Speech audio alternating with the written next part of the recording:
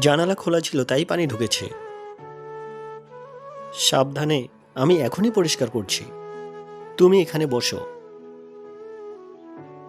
ও আমাকে এই অবস্থায় ছেড়ে দিয়েছে। রাহুল, প্লিজ তুমি আমাকে বিয়ে করে নাও।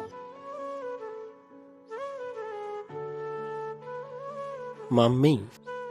হ্যালো। যে মেয়ের পেটে অন্য কারো বাচ্চা, তুই তাকে বিয়ে করলি? চুপ করো, আমি ভালোবাসি ওকে। ওই মেয়ে তোকে নিঃস্ব করে ছাড়বে। যা হবে আমার সাথে হবে। পাগল হয়ে গেছো? সবকিছু এর জন্যই হচ্ছে, একেই শেষ করে দেই। ও আমারও বাচ্চা। আমি কাজে যাচ্ছি, তুমি দরজা লাগিয়ে নিও।